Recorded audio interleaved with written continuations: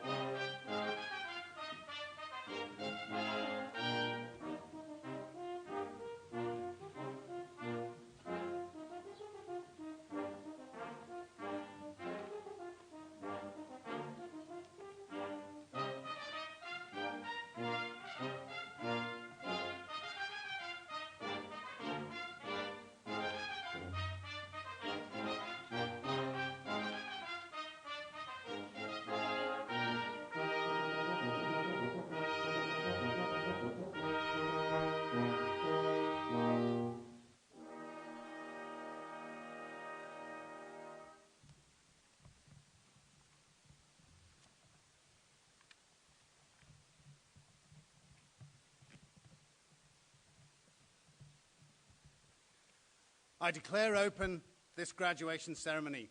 Please be seated.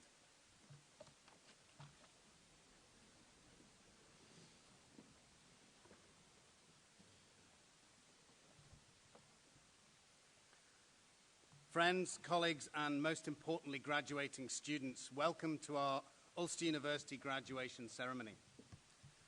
Let me start by offering my very warmest congratulations to you, our graduands, the class of 2018.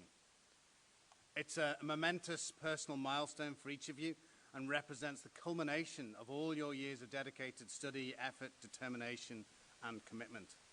I hope that it's been a valuable experience and that you carry it with you for the rest of your lives. It's a time of great pride also for your family and friends who no doubt have supported you along the journey and may be here with you today. It's also a time of great joy for lecturers, technicians, professional service teams, and all of Ulster University staff who have contributed to your learning and to your experience as a student of our university. All of that means that graduation is the most significant and special time of the university calendar. It's also a celebration, and I'm going to start this celebration by asking us to everybody just to give a really warm round of applause for our graduating students.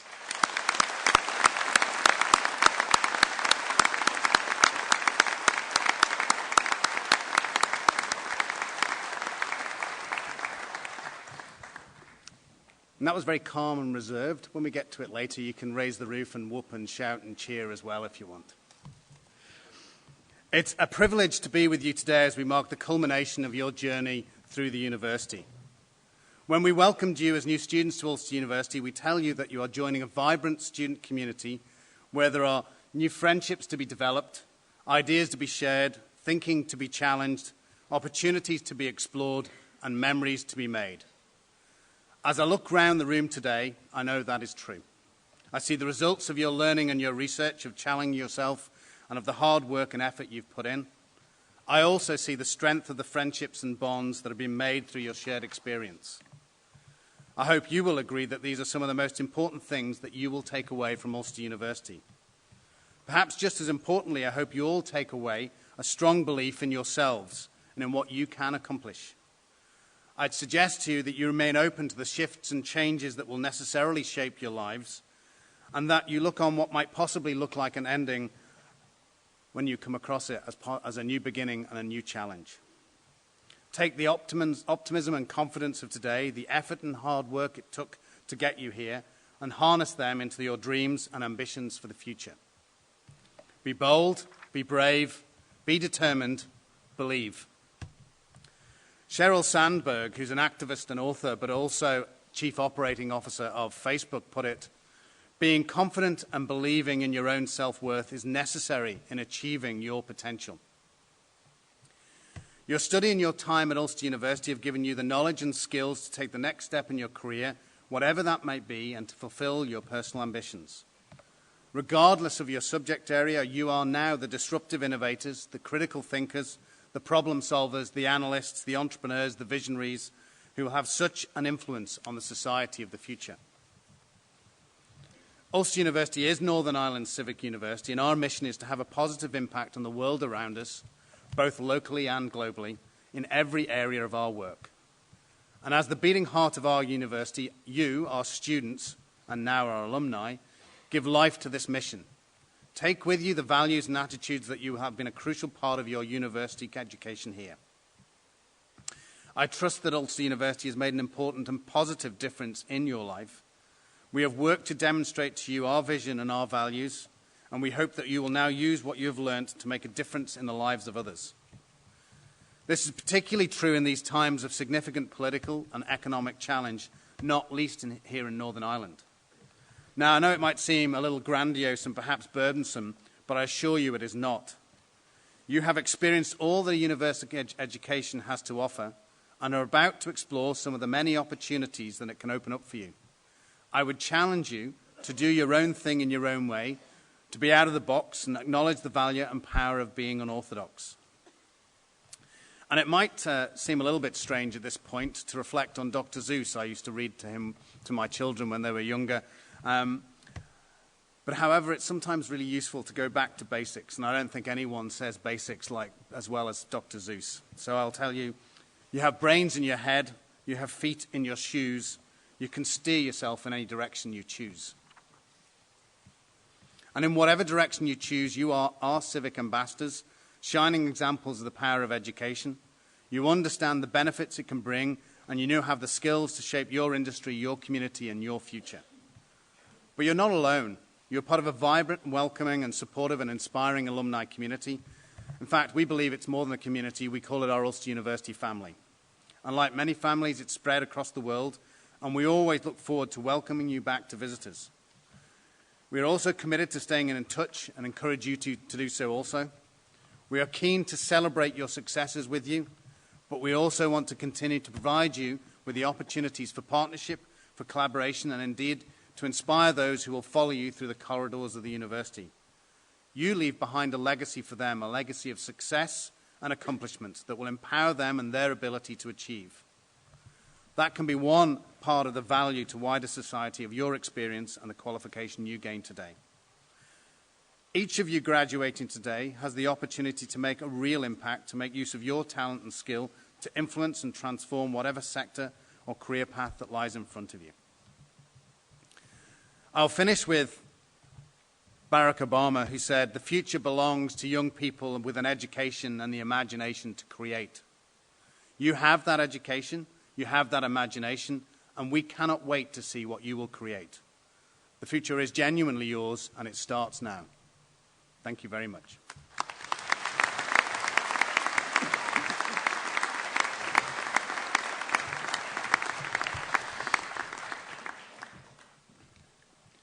In accordance with the wishes of the Senate, and by virtue of the authority vested in me, I have conferred honorary degrees, and other academic distinctions of the University of Ulster on those named in the conferment list approved by the Senate. I call upon Dr. Black to present Sarah Jane Fryer for the honorary degree of Doctor of Science.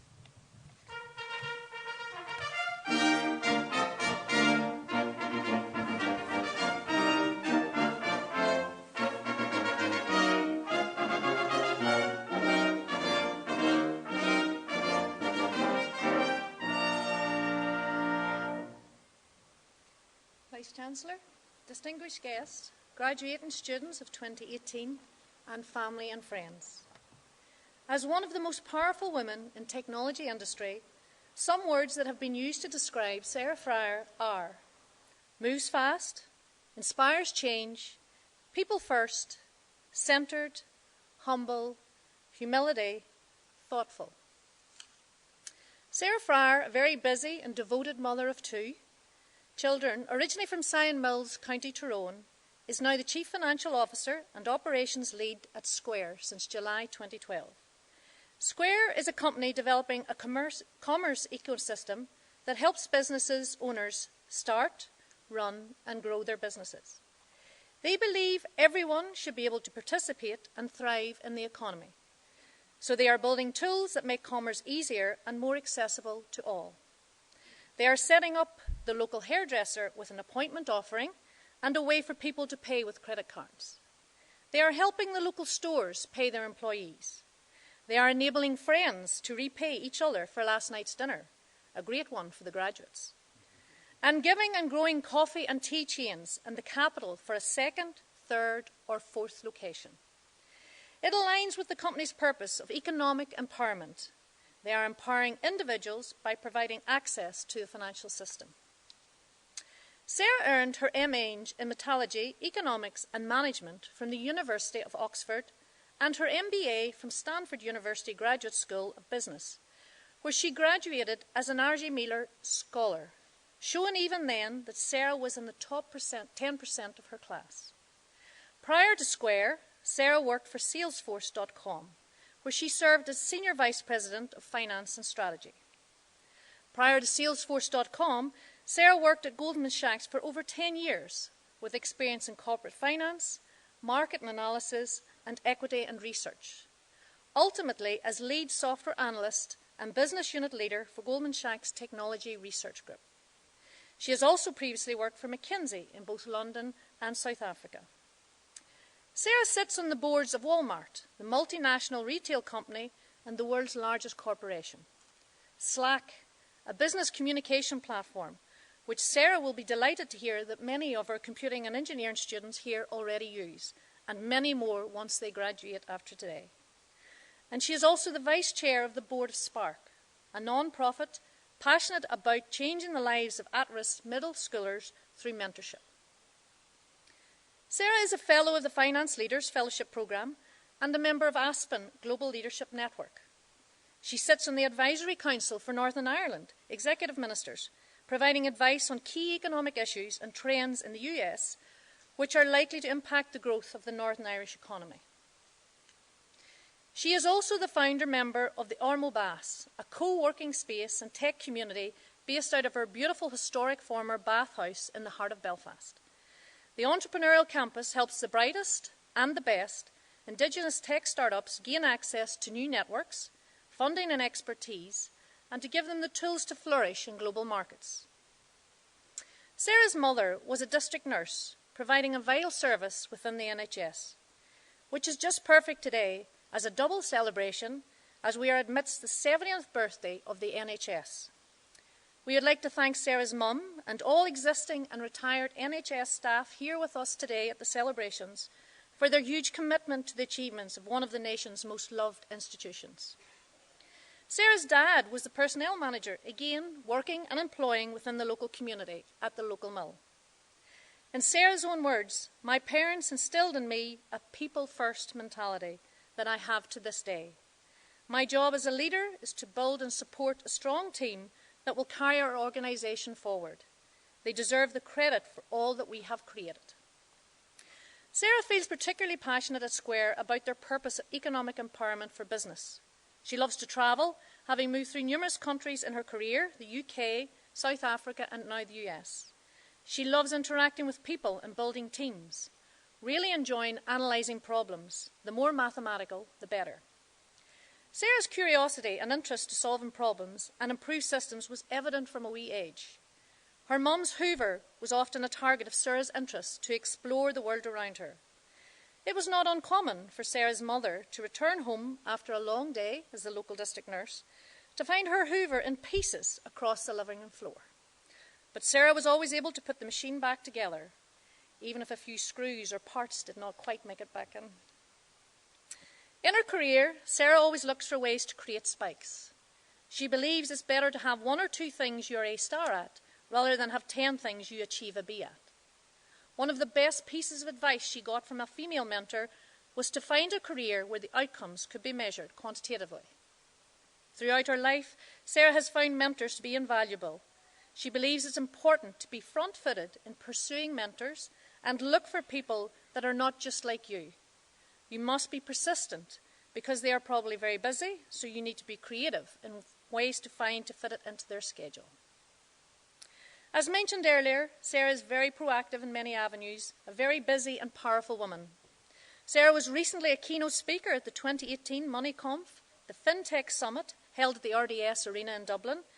This conference is where the world's leading Bitcoin and cryptocurrency and FinTech experts meet over 2 days, with 5,000 attendees from over 60 countries. With the current gender imbalance in tech world, a hot topic in Silicon Valley, Sarah has taken an active role in addressing it. She is champion for women pursuing STEM-related careers.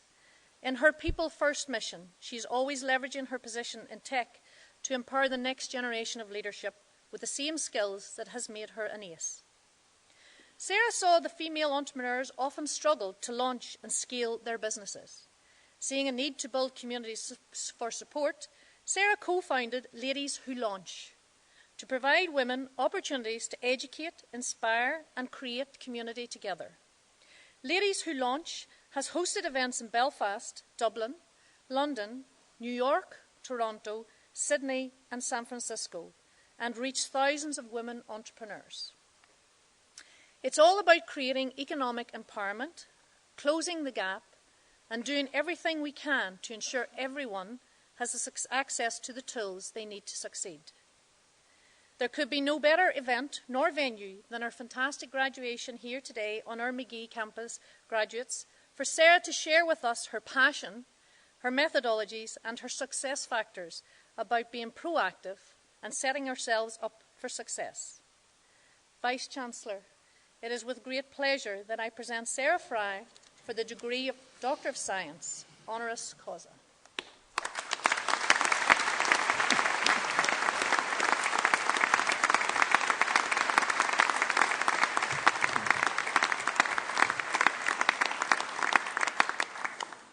Sarah Jane Fryer, in the name of the Senate, I present to you the degree of Doctor of Science, honoris causa.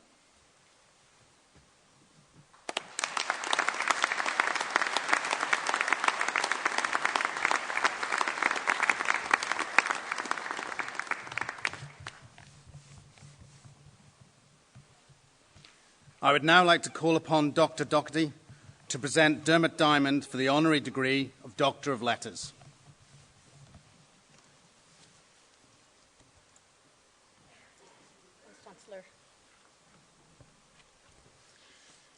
Mark Tucker, President of the Washington-based National Center on Education and the Economy, stated the following: "One thing we know about creativity is that it typically occurs when people who have mastered 2 or more fields use the framework in one to think afresh in the other."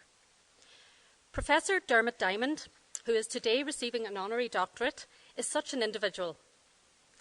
He received his PhD and DSc from Queen's University.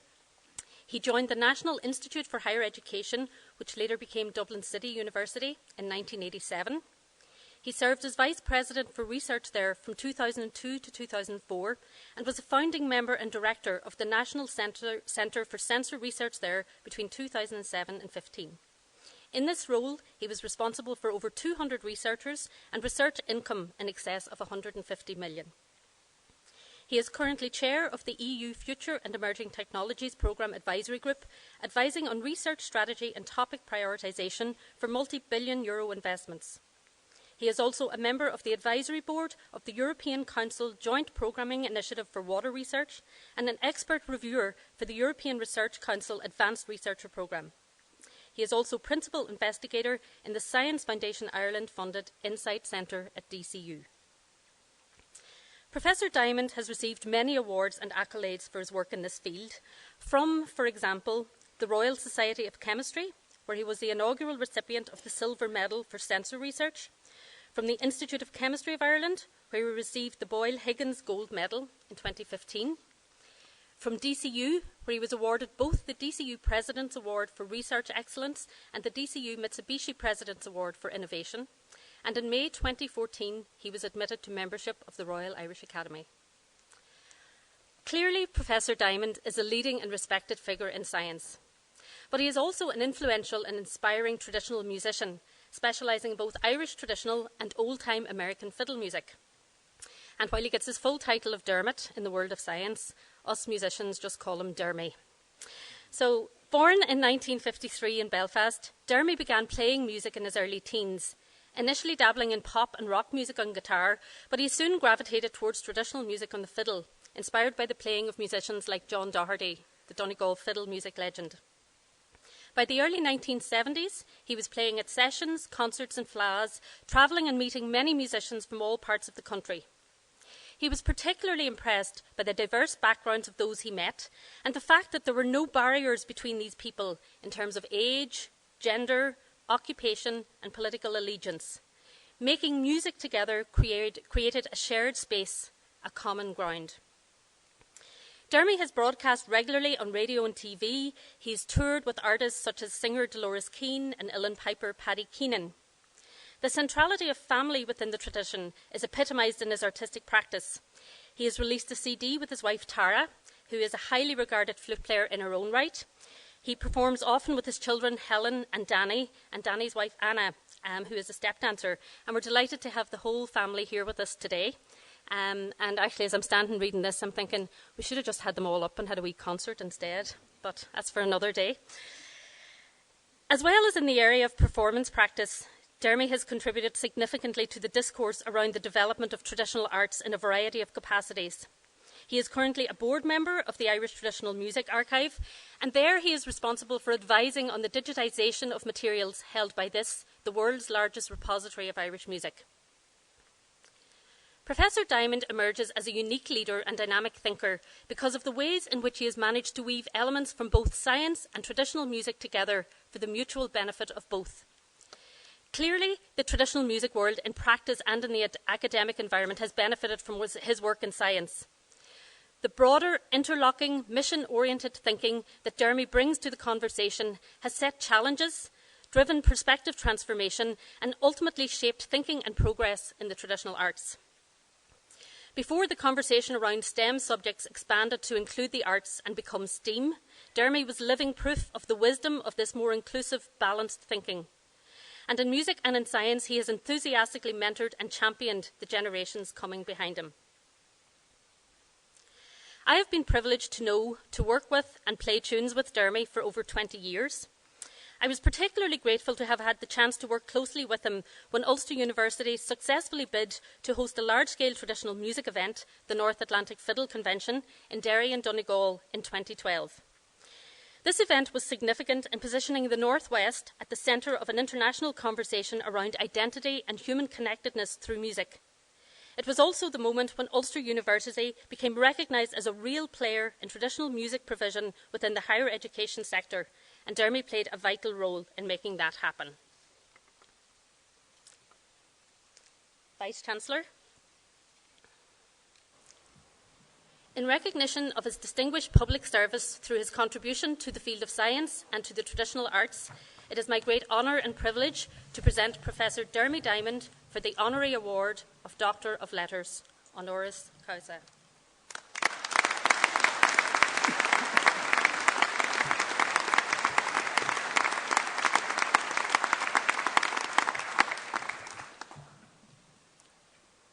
Dermy Diamond, in the name of the Senate, I present to you the degree of Doctor of Letters, honoris causa.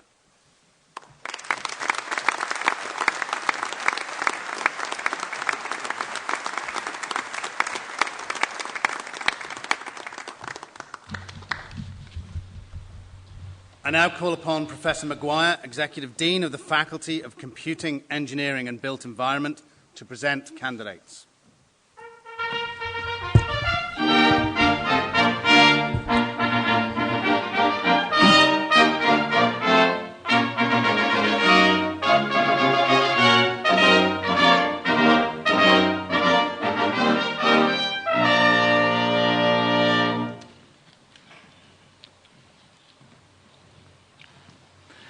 Vice-Chancellor, in the name of the Senate, I present to you candidates for the degree of Doctor of Philosophy.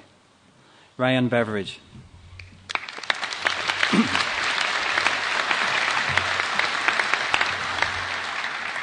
Pramod Gour.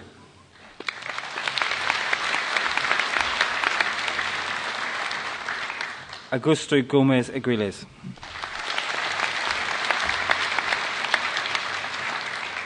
Emmett Paul Kerr.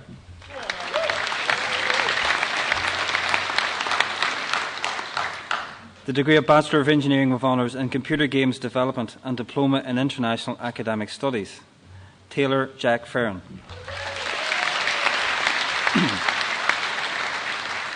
Christopher Allen.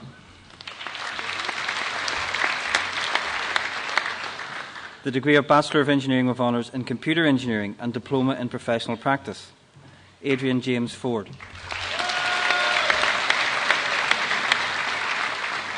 Peter McCullough.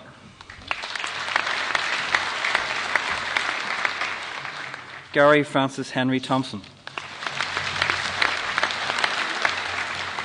Stephen Coulter. Mark Devaney. Bobby McGowan.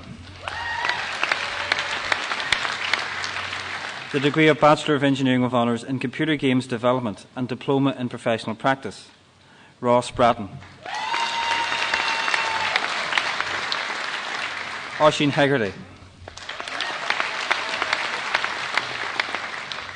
Conor Kelly. The degree of Bachelor of Engineering with Honours in Mechanical and Manufacturing Engineering and Diploma in Professional Practice. Manus Burns. Timothy Eric Cameron. Mark Daly. Stephen McCarter. Cian McCorley. Dara Murphy. Mark Alexander Thompson. Samuel Turkington. Stephen Ward. Saoirse Alex Nash. Cathal O'Neill. Callum Schofield. The degree of Bachelor of Engineering with Honours in Renewable Energy Engineering and Diploma in Professional Practice. Hannah Fergie. James Fisher. Shane Sloan. Brian O'Dougall. The degree of Bachelor of Engineering with Honours in Computer Engineering. Adam Walker. The degree of Bachelor of Engineering with Honours in Computer Games Development. Kyle Thomas Stewart Craythorne. Jacob Ashley Clark.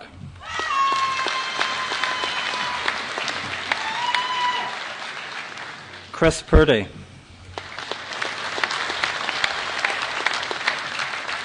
Lee Humphreys. The degree of Bachelor of Engineering with Honours in Mechanical and Manufacturing Engineering. Patrick Kieran Bradley. Ryan Clark. Ray Doherty. Sheehan Martin. Keith Nigel Stott. Declan Bonner. Scott Dawn Corkin. Liam Cunningham. Sean James Kerrigan.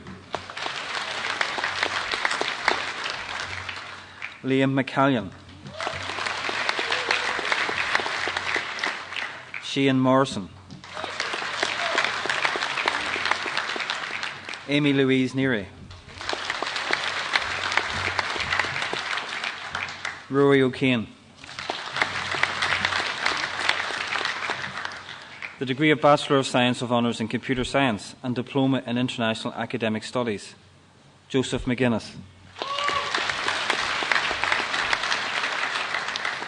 The degree of Bachelor of Science with Honours in Information Technologies and Diploma in International Academic Studies, William Donnelly. The degree of Bachelor of Science with Honours in Computer Games Modelling and Animation and Diploma in Professional Practice, Patrick Ryan Bothwell. Marcin Bulsack.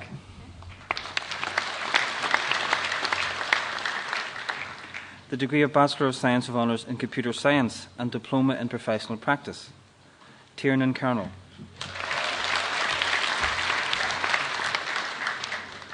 Conor Devine. Dana Doherty. Conor Andrew Fullerton. Mark Fulton. Mark Graham.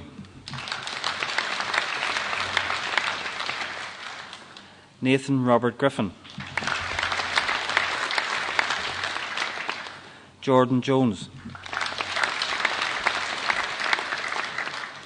Gerard McCormick. Darrell McNamee. Sean Mullen. Adam Murray. James Patrick Patterson. Fineen Smith. Jordan Snodgrass. James Toole.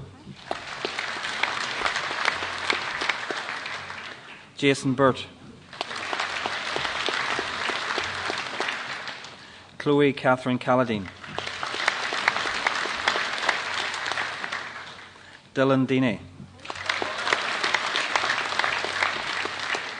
Daniel Friend. Evan Gallagher. Shannon Kelly. John James King. Robert King.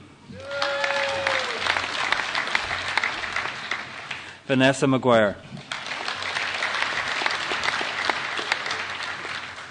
Corey Christopher McCahan. Marcus McCann Brothers. Brian McGowan. Sarah McGuigan. Kieran McIver. Oisin McLaughlin. Aidan Murphy.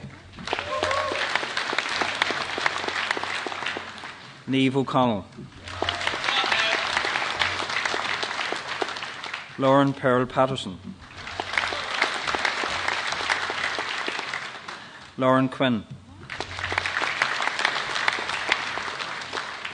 Colin Savage. James Skillen.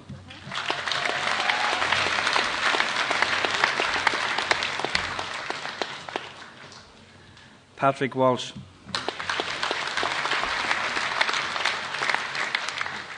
Aaron James Buchanan. Rory Cox. Adam Jones. Conor McLeod. Leona O'Neill. John Osana.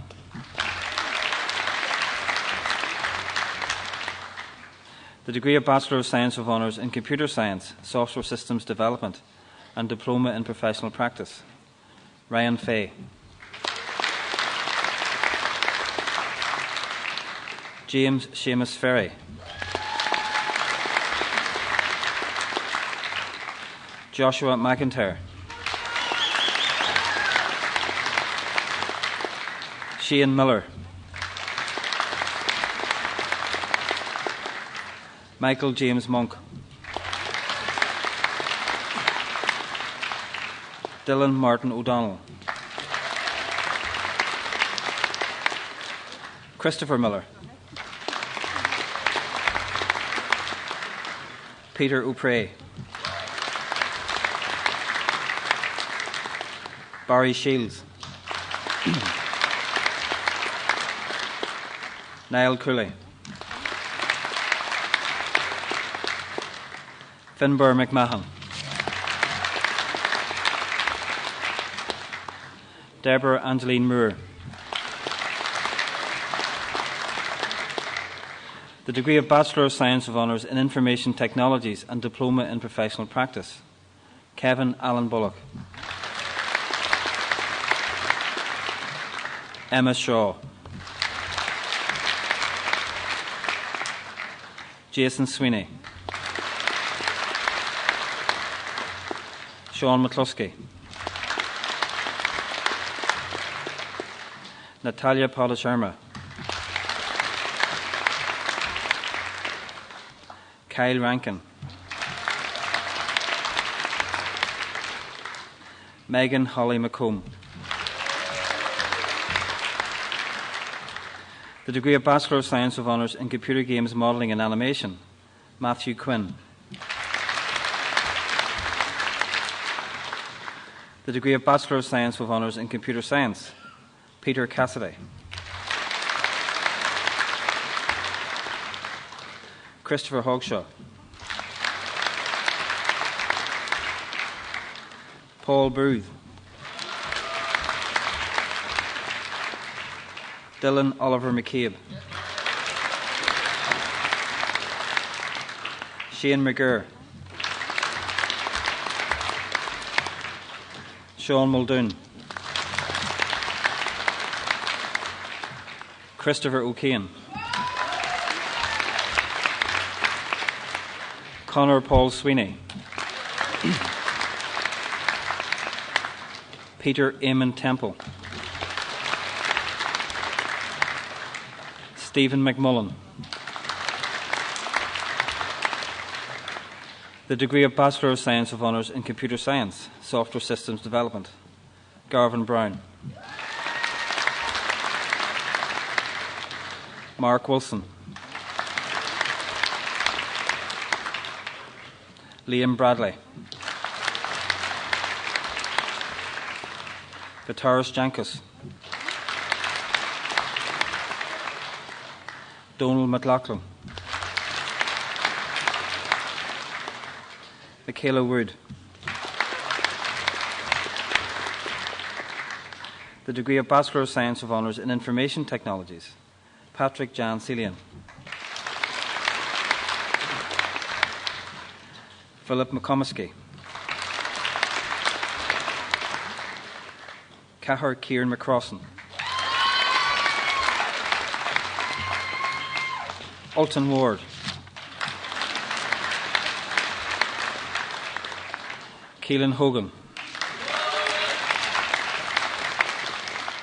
Elizabeth Smith. Vice-Chancellor, this concludes the presentation of candidates in the Faculty of Computing Engineering in the Built Environment.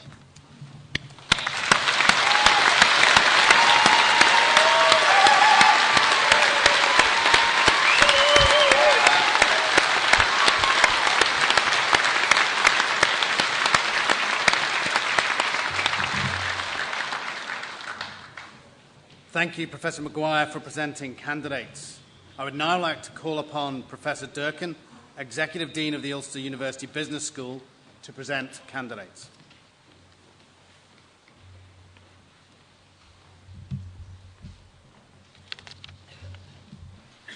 Chancellor, in the name of the Senate, I present to you candidates for the degree of Doctor of Philosophy, Tanya Louise Cullen.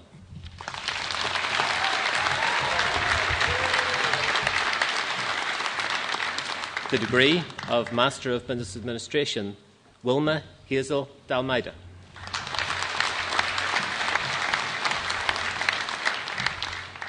The degree of Master of Science and Innovation Management in the Public Service, Anne Carlin.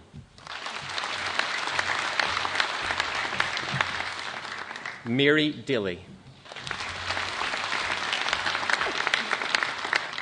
Gary Hall. Joseph McBride. Patricia McIntyre. Jill Murphy.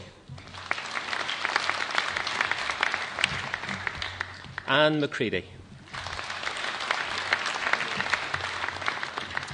The degree of Master of Science in International Business, Arslan Mohammed Khan. Sarah Jones. Lucy Morrison. The degree of Master of Science in Management, Porrick Joseph Shevlin. Rachel Boylan. Anne Devine. Stephen Eugene Kelly. Norman Bernard Shongo. Joseph Liam Wariski. Alexandra Rose Barnaba. Claire Louise Boyce. The degree of Bachelor of Science with Honours in Business Information Systems and Diploma in International Academic Studies, Michael Lynch. The degree of Bachelor of Science with Honours in Accounting and Managerial Finance and Diploma in Professional Practice, Owen Anthony McGurr.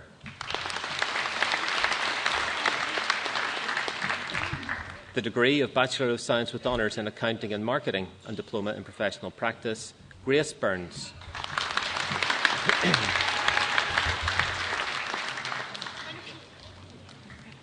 Kieran Gerard McCavanagh. Eilish McCluskey. The degree of Bachelor of Science with Honours in Advertising and Diploma in Professional Practice, Michael Armstrong.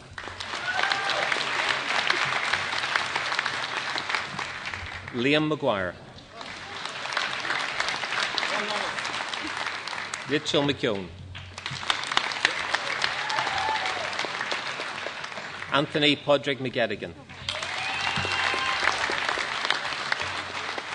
The degree of Bachelor of Science with Honours in Business Information Systems and Diploma in Professional Practice, Jason Hayes. The degree of Bachelor of Science with Honours in Business Studies and Diploma in Professional Practice, Ciara Brannigan. Jill Linda Danielle Campbell. Gemma McColgan. Kerry-Ann McElroy. David McGuinness. Niamh Taggart. Richie Allen. Kevin Campbell. Melanie McClements. Matthew McCollum. Clara Watson. Podrick James Fox. The degree of Bachelor of Science with Honours in Business Studies with Computing and Diploma in Professional Practice, Cathal Brown. The degree of Bachelor of Science with Honours in Human Resource Management and Marketing and Diploma in Professional Practice, Orla Elaine Duddy. Rhiannon Hegarty. The degree of Bachelor of Science with Honours in Accounting and Managerial Finance and Diploma in Professional Practice International, Nicole Mary Clarence Quiambo. Anna Ryan. Lauren Reid. The degree of Bachelor of Science with Honours in Advertising and Diploma in Professional Practice International, Heather McGaughey.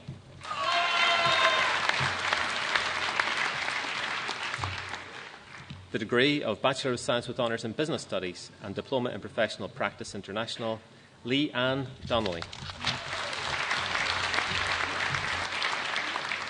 The degree of Bachelor of Science with Honours in Business Studies with Computing and Diploma in Professional Practice International, Aidan McGrath. The degree of Bachelor of Science with Honours in Business Studies with Psychology and Diploma in Professional Practice International, Holly McBride. The degree of Bachelor of Science with Honours in Creative Advertising Technologies and Diploma in Professional Practice International, Raquel Higginson. The degree of Bachelor of Science with Honours in Accounting, Liliana McCall. Christopher O'Donnell. Amy Collins. Caroline Gallagher Robinson. Clodagh Aileen Kelly.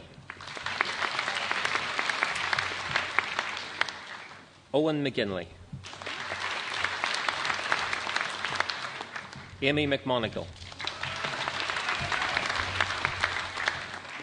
The degree of Bachelor of Science with Honours in Accounting and Human Resource Management, Sean Patrick Kelly. Rebecca January.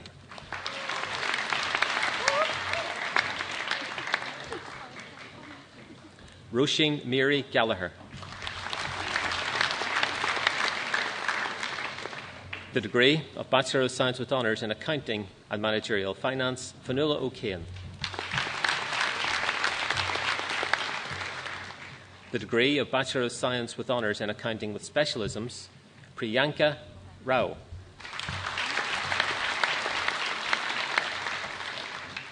The degree of Bachelor of Science with Honours in Advertising, Henry John David Orr. Emily Ann Villari. Donna Cabar. Orla Quinn. The degree of Bachelor of Science with Honours in Advertising and Human Resource Management, Peter Culhane. Matthew McCafferty. The degree of Bachelor of Science with Honours in Advertising with Computing, Jessica Murray. The degree of Bachelor of Science with Honours in Advertising with Human Resource Management, Fionnuala Donnelly. Megan McNamee. The degree of Bachelor of Science with Honours in Advertising with Psychology, Kieran Pollard. Adele Wallace. Ariane McCracken. The degree of Bachelor of Science with Honours in Business Administration, Clodagh Devlin. Shauna Baxter. Nicola Jean Beale. Gemma Fleming. Siobhan Sheeran. The degree of Bachelor of Science with Honours in Business Information Systems, Katie Sarah Owens.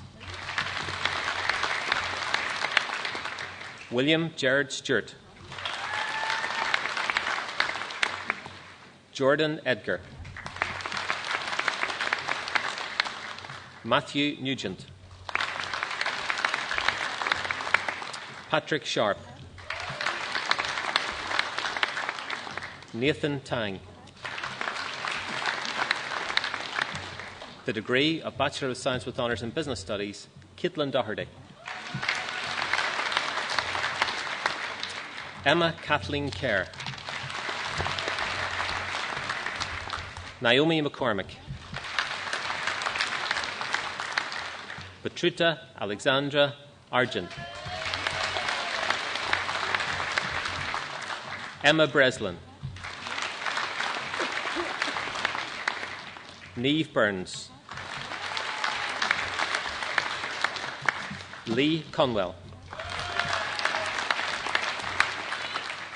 Brogan Cusack. Amy Devine. Michaela Doherty. Kieran Duffy. Ryan Finch. Daniel Christopher Gallagher. Connor Harris. Emer Jean Hassan. Chloe Higgins. Maeve King. Niamh Kinsella. Laura Medine. Jason Maxwell.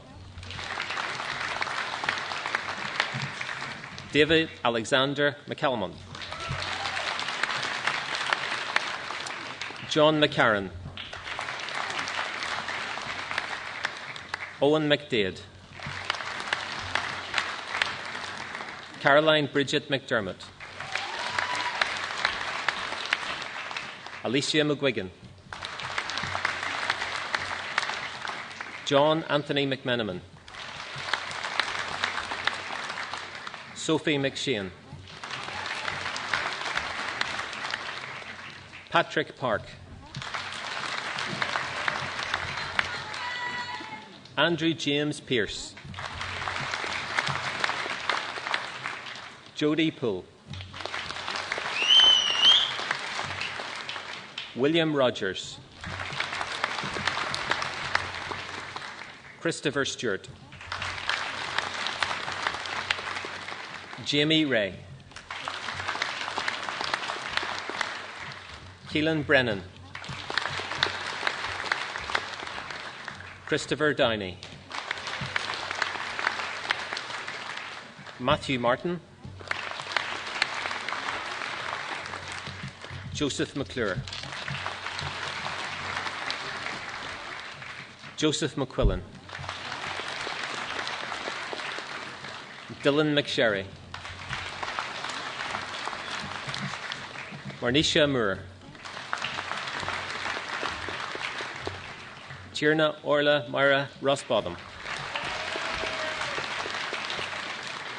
Ciara Slavin. Nicole Thompson. The degree of Bachelor of Science with Honours in Business Studies with Advertising, Bethany Donna Margaret Corbett. Connor Hughes. Paul Martin. Aaron Gerard McNulty. The degree of Bachelor of Science with Honours in Business Studies with Computing, Brenda Curley.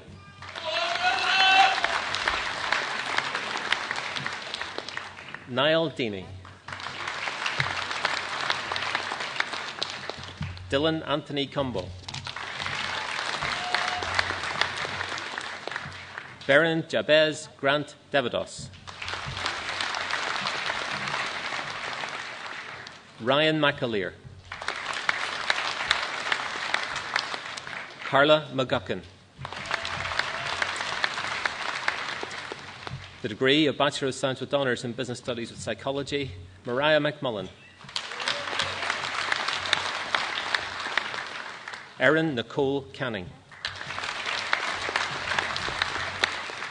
The degree of Bachelor of Science with Honours in Creative Advertising Technologies, Heather Clark. Megan McCusker. Louise Donaldson. The degree of Bachelor of Science with Honours in Human Resource Management and Marketing, Emer Doherty. Jean Doherty. Xing Yi Ho. Jessica Robinson. The Associate Bachelor's degree in Creative Advertising Technologies, Jane Stewart.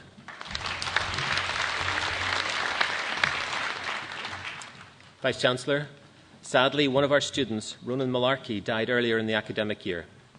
Today, we are awarding the Associate Bachelor's degree in Accounting and Diploma in Professional Practice posthumously in recognition of Ronan's academic achievements. He enjoyed being a student and contributed to the life of the university and Ulster University Business School while he was a student here. I invite Ronan's brother, Emlyn, to receive the award on behalf of his brother. Ronan.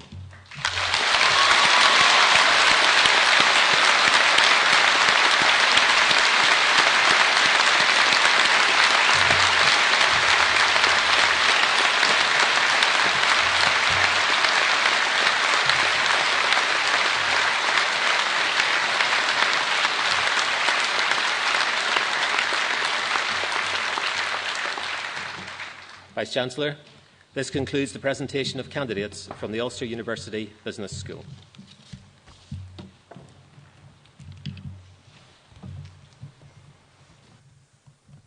Thank you, Professor Durkin, for presenting candidates. I would like to first now call upon Honorary Graduate Dr. Fryer to address the congregation on behalf of those who have been presented.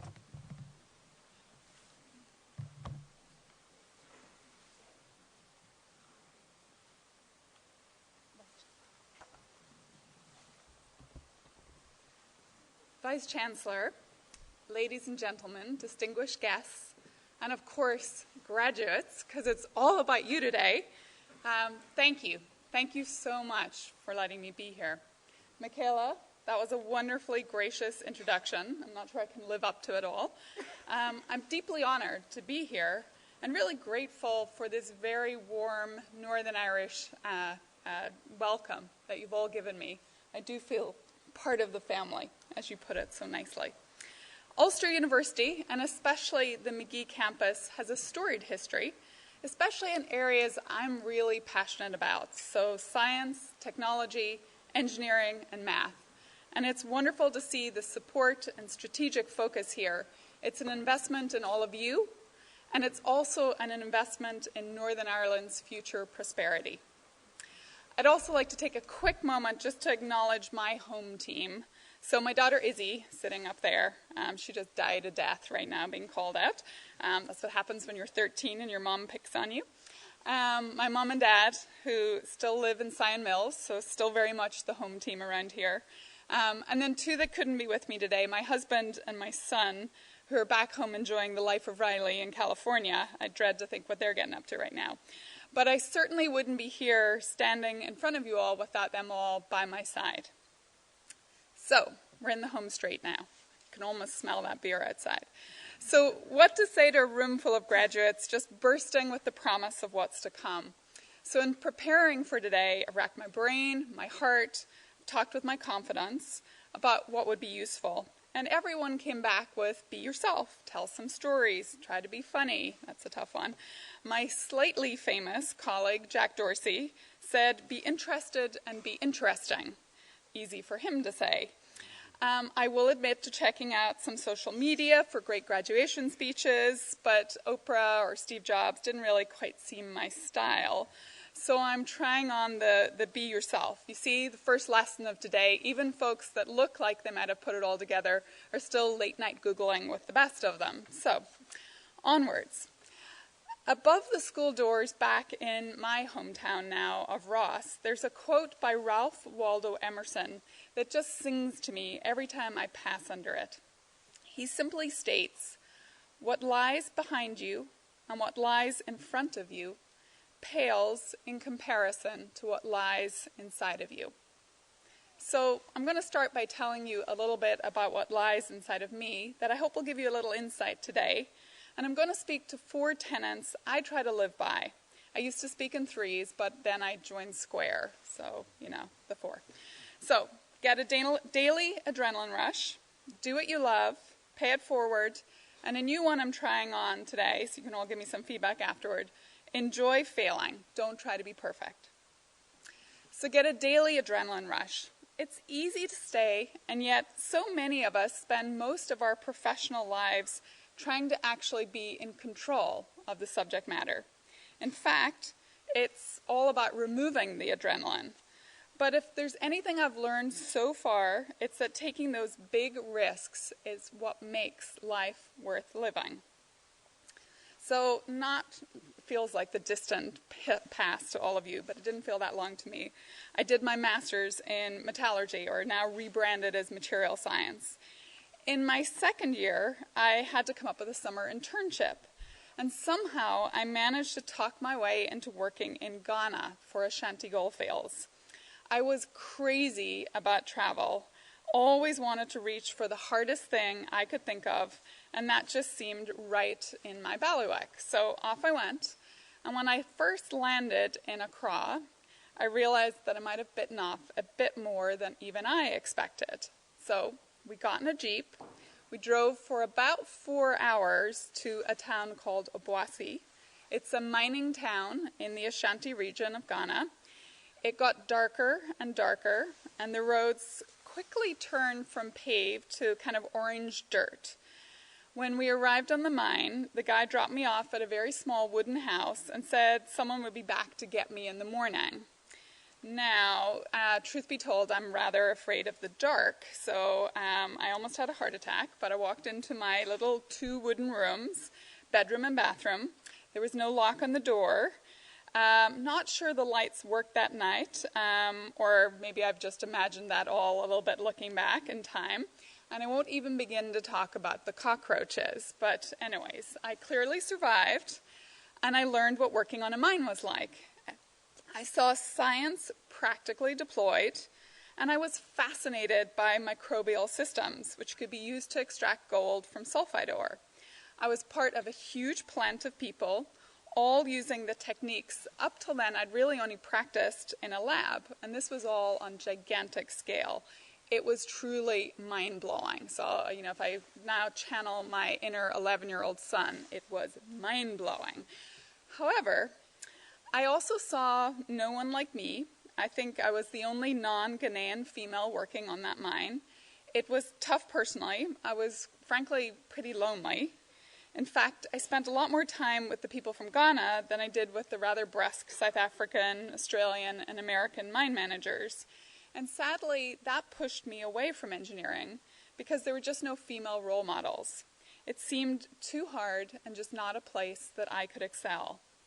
So today, that's one of the reasons why I'm so determined to see female role models emerge in STEM areas, and why I'm a champion of programs like Code Camp at Square, and my own little personal side hustle, Ladies Who Launch, that Michaela talked about.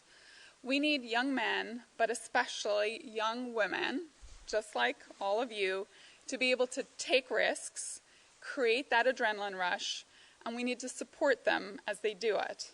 And we'll come to enjoying the failure side shortly. It's also important to recognize that it's not always going to go right. If you thought there would be no fight or flight mechanism, adrenaline, well, then that would defeat the whole point, right, of getting the adrenaline rush. So second, do what you love. It's a good segue from what I just talked about, and it can sound a bit trite. So how do you practically do that? So my advice is take a step back. You can do it today, you can do it tomorrow, maybe next week, whatever you're doing to take a little time off. But think holistically about what you are passionate about. These things won't change that much through your life, so it's good to find them as early as possible.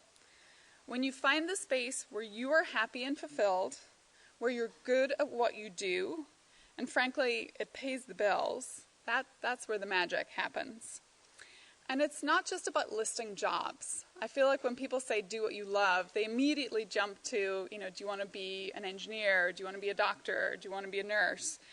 But it's not really about finding a job. You don't know. The jobs that you'll all have 5 years from now, 10 years from now, 20 years from now, probably haven't been created yet. Certainly their descriptions don't fit easily on a CV. So instead, think about attributes. So for me, at the beginning of every year, I actually make a list of the things that inspire me. So analytics. I've honestly never met a number I didn't like. People. Yeah, I'm actually one of those crazy people that actually likes people and likes the difficult problems that people create. Technology. I do love taking things to bits. It did start with my mom's Hoover. I was very creative, shall we say. I love mission-driven setups in life.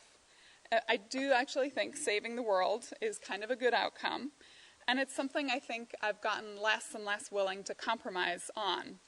I'm actually reading Jeff Bezos' book right now, The Everything Store, and he talks about wanting to be a missionary, not a mercenary, and I think that's kind of an interesting way to think about your future. And of course, the other thing I loved is travel. So make your list, and you don't have to be 100% literal. So I do have that Irish wanderlust, but I'm not a pilot and I'm not a travel agent. Instead, figure out how you take those attributes and weave them into the job that you're going into. In my last year at Goldman, I knew I really wanted to visit China. So my smokescreen was an investor trip to meet software companies. However, the list of enterprise software companies in China is actually quite short because, truth be told, they're not great with intellectual property. But that said, my trip was really all about how to hike the Great Wall and visit Hong Kong.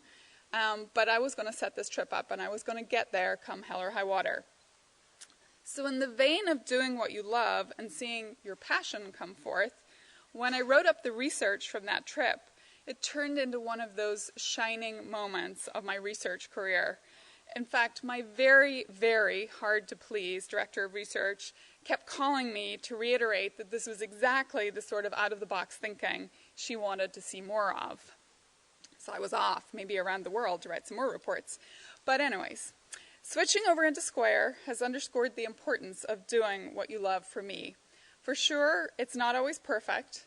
A startup can be crazy with all of the normal work stress overlaid for long periods of wondering if you'll even survive. But it checks all the boxes for me. And the most important thing is when a Square seller actually tells me how much we've changed their lives. That is pure heaven. So really try to go out there and think about what you love. So pay it forward. We're on 3 now. When I got the letter from Professor Nixon, I knew it was a good pay-it-forward moment. As you've heard, I grew up in Sion Mills at the height of the Troubles. Wikipedia tells me it's got a population of 2,050. I suspect they're exaggerating. So, imagine me sitting in our school career room one day and seeing an advert in a career magazine for the Arthur Andersen Scholarship Program. Little did I know that this would open the door to so much. A love of business, a love of travel, an ability to pay for my education at Oxford, and a chance to expand my horizons. When I first saw it, I thought, they'll never accept me. In fact, a little-known story, my mom will love this one, I got into such a fluster ahead of my interview that I managed to show up on the wrong day. Yeah. Don't recommend it as a way to make yourself differentiated. My mom is up there probably chortling a little right now, but I know when they called her that day to say, "Where is Sarah?" Part of her almost died. Thank God for the Track My Phone app. Izzy, don't worry, I always know where you are. But you see, today is about the rebalancing of karma. And now it's over to all of you to pay it forward when your time comes. There is just so much energy in this room, so much excitement. I can feel it bubbling up. And so I want to make sure you all remember the pay it forward moment.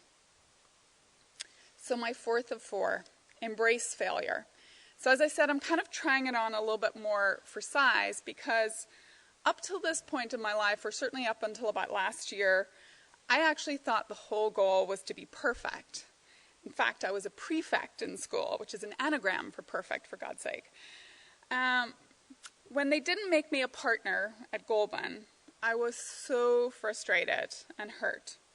I had been on that journey for a decade, and it was the goal that I was headed at. And I had done everything perfectly. And yet it just wasn't my time.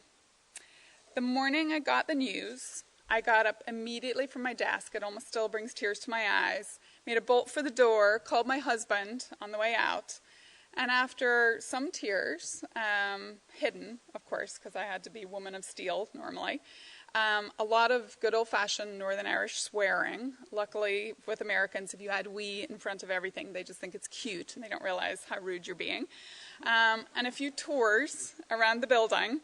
My husband said one of those amazing statements that he yodas at me every once in a while.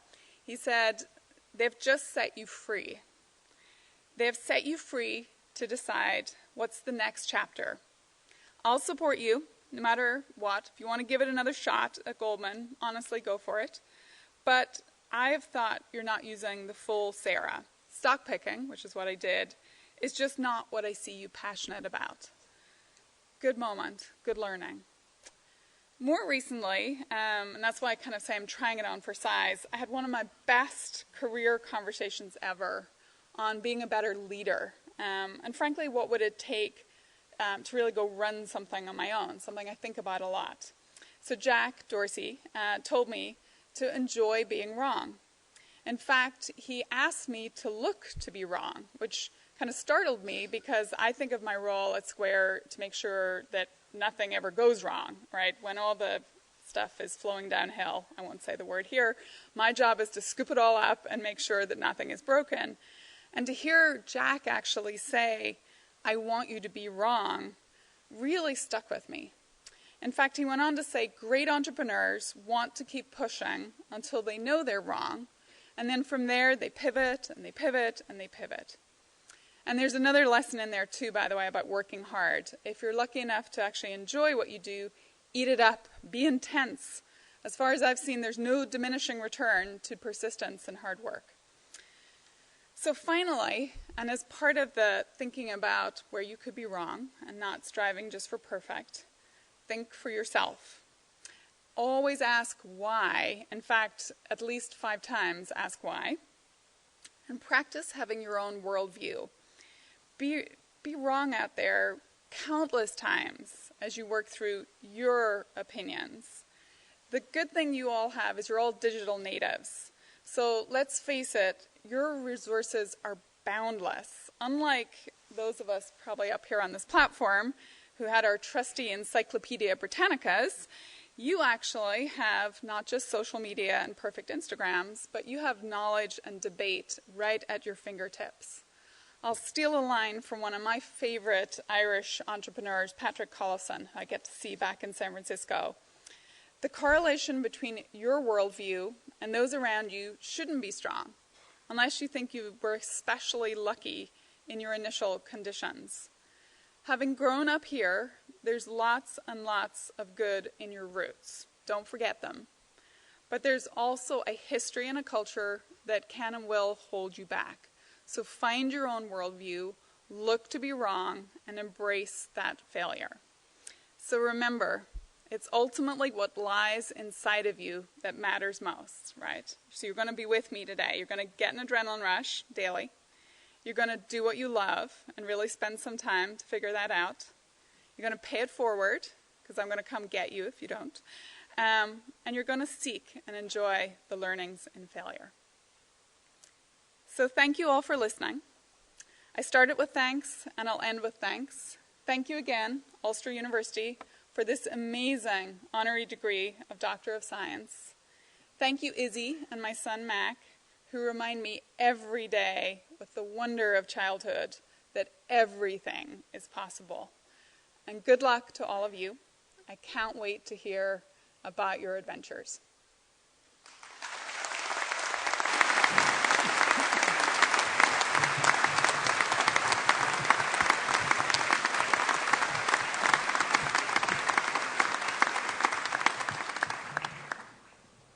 Thank you very much, Sarah.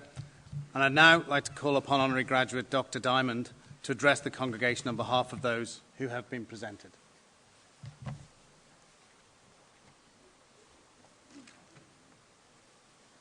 Thank you, Vice-Chancellor, members of the Council and Senate, graduates and recipients of awards, ladies and gentlemen.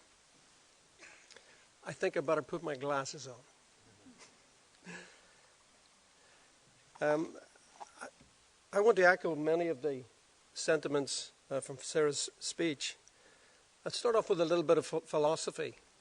We don't speak about philosophy very much these days, but I'm one of those curious creatures who actually studied philosophy for 2 years at Queen's. Maybe I shouldn't mention Queen's, but there you go. So I've been thinking about this a lot because I come from the north and you're all, well, most of you are probably from the north, and we're going through interesting times. And it begins with this, the need to understand who we are as individuals, because we're all individuals. But we also belong to different types of groupings, and we create rules around these groupings to allow us to have ownership and live within these groupings. And this is very deeply embedded inside us as human beings. And we achieve this through a complex combination of many things. The language we speak, our accent, religion, nationality, politics, what we work at, our sporting affiliations, hobbies, and social habits. And this behavior permeates all aspects of our lives. I think at times we live within these rules and we don't actually realize what's happening. So it allows us to simultaneously belong to a certain group and also differentiate us from other groups through the creation of physical and mental borders. It's reflected in how we organize and manage our organizations, businesses, universities. I often think about this concept of multidisciplinary research. Why is it so difficult to be multidisciplinary? Because universities are not great places to bring people from different disciplines together. That's the truth. And these differentiators are as old as humanity itself. And once these boundaries and borders are established, they create barriers between groups, as we inherently feel more comfortable working with and more inclined to trust those we feel share our beliefs and values.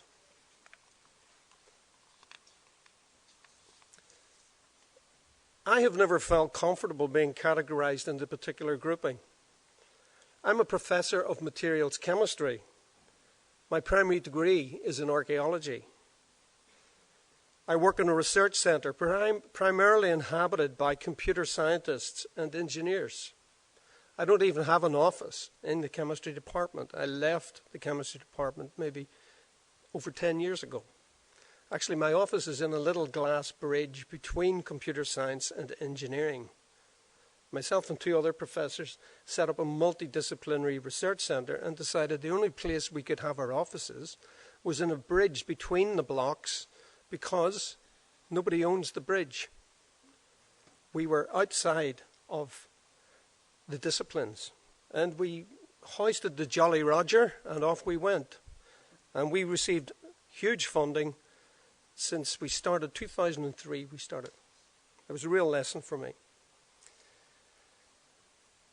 I'm also a noisy Falls Road boy who married a very quiet country girl from Cumber in County Down, Tara, who's here today. I'm a music freak as well as a scientist, and finding the balance between music and science has sometimes not been easy. I shouldn't actually tell you this, but I was in front of the disciplinary committee twice, at the end of my first year at Queen's and at the end of my second year at Queen's, because I was spending too much time doing what I enjoy and getting the adrenaline rush of playing music rather than attending to my studies. But fellow graduates and Vice-Chancellor Nixon, I'm deeply moved and humbled to receive this honorary doctorate from Ulster University. It's an institution I hold in the highest regard because I've worked with some truly excellent people from Ulster University over the years. And today I want to particularly highlight two people. Around 1994, I had the good fortune to meet with John Anderson at the then recently established Northern Ireland Bioengineering Centre, NIBAC, which still exists. John was an inspirational leader who swept away organisational barriers in universities that stifled through multidisciplinary research, creating in the process a research success for Ulster University that still stands to this day, led by the tremendous Jim McLaughlin. But then led by John, and on the DCU side by the similarly minded Malcolm Smith, another northerner working in DCU from Port Stewart.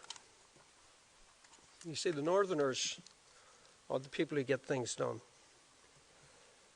We secured our first major grant in 1995 from the International Fund for Ireland and established the brilliantly named BEST Centre, Biomedical and Environmental Sensor Technology.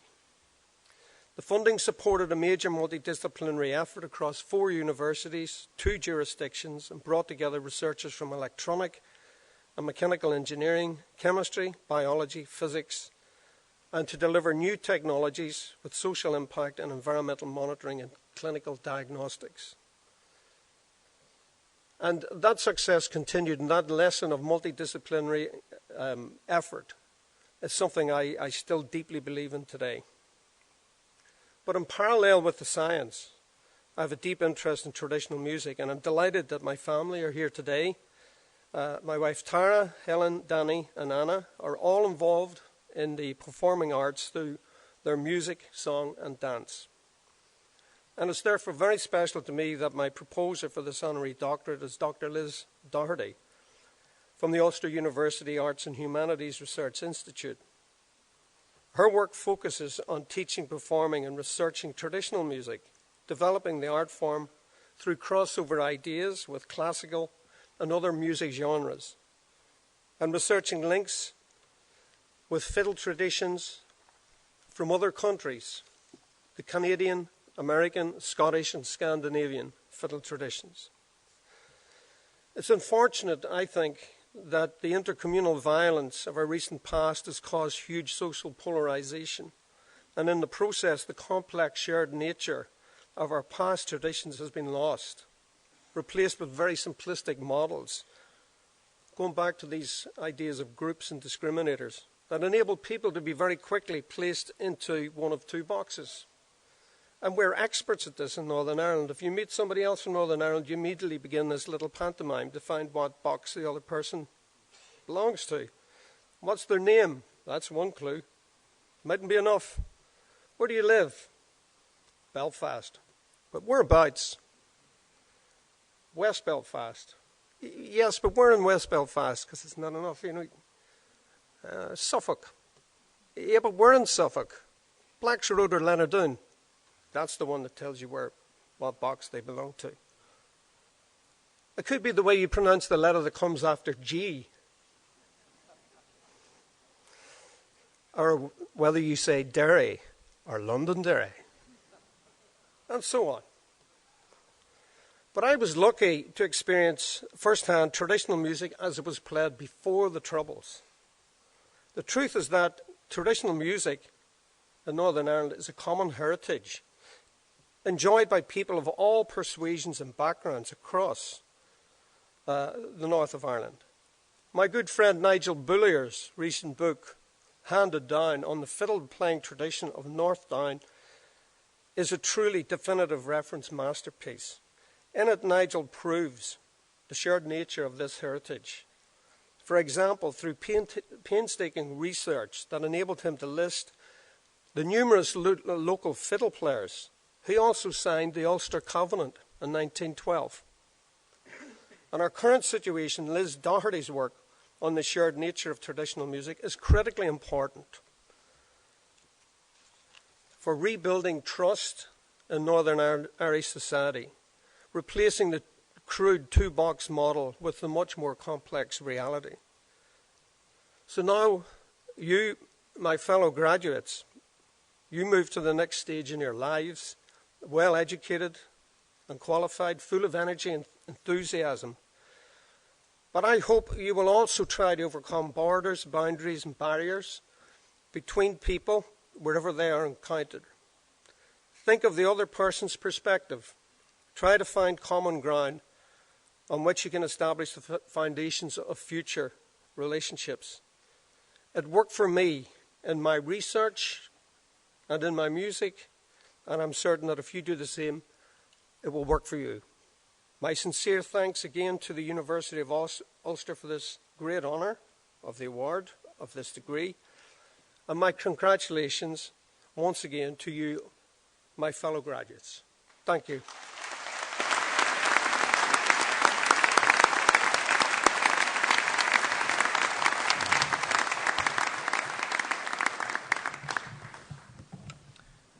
Sarah, Dermy, thank you very much for the inspirational and very personal stories.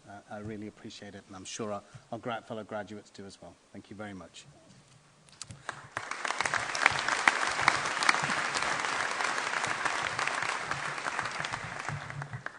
Nearly there.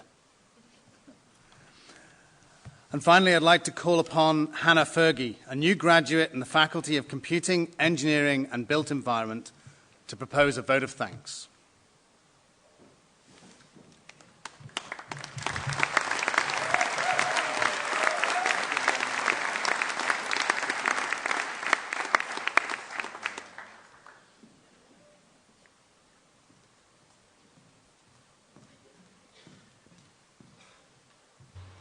It's a long walk. Yeah, it is. Vice-Chancellor, ladies and gentlemen, family and friends, I am pleased and privileged to speak to you on behalf of those graduating today. Our degree certificates are a very tangible demonstration of hard work, effort and dedication. Of course, behind that very rewarding, very special and eagerly anticipated parchment lies every part of our experience at Ulster University. And it is that experience that shapes our future prospects and potential. Our studies, the relevance of knowledge and life skills that we have acquired, the confidence that we have gained and the firm friendships that we have made. We manage the challenges of completing our studies with our ambitions firmly fixed on the opportunities that will lie ahead for us as Ulster University graduate. On a more personal note, I'd like to take this opportunity to thank my classmates. We spent many, many hours in the library together, providing each other with endless support and encouragement, which ultimately helped us to achieve our goals. I would also like to thank everyone in the engineering faculty, which is headed by Dr. Justin Quinn, who provided guidance for us all from day one. His door was always open when needed, and I know it will continue to remain open in the future. Graduating today, it is encouraging to know that the Ulster alumni are leading, contributing, inspiring and influencing far and wide. Through the alumni networks, we can learn from those who have gone before us, and the alumni programmes and services on offer enable us to stay connected and supported as we embark upon fresh challenges and opportunities. Ulster University is a place where knowledge is created, generated, shared and brought to life. We leave here as assured and well-equipped graduates, ready to fulfil our career ambitions.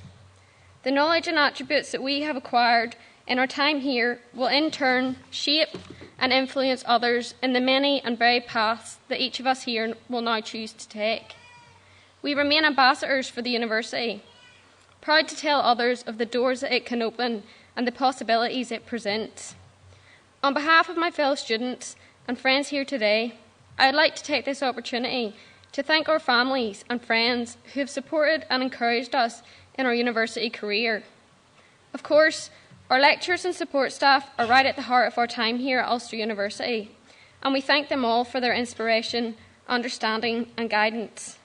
So, thank you all for being part of this very special occasion, a celebration for everyone, not just for those of us graduating, but for all who play a part in harnessing potential and shaping bright futures. Please do enjoy the rest of your day with us.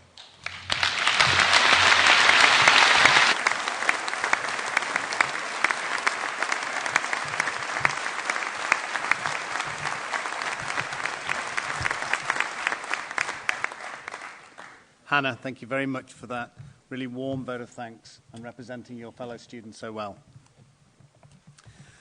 We're now reached the end of the graduation ceremony, and this is the final chance for you as graduates and diplomates to thank the family and friends who've supported you through your time here, and the final chance for you as family and friends to really recognise the achievements and success of the students in front of you, the new graduates of Ulster University. So I'd ask you to raise the roof in celebration of today.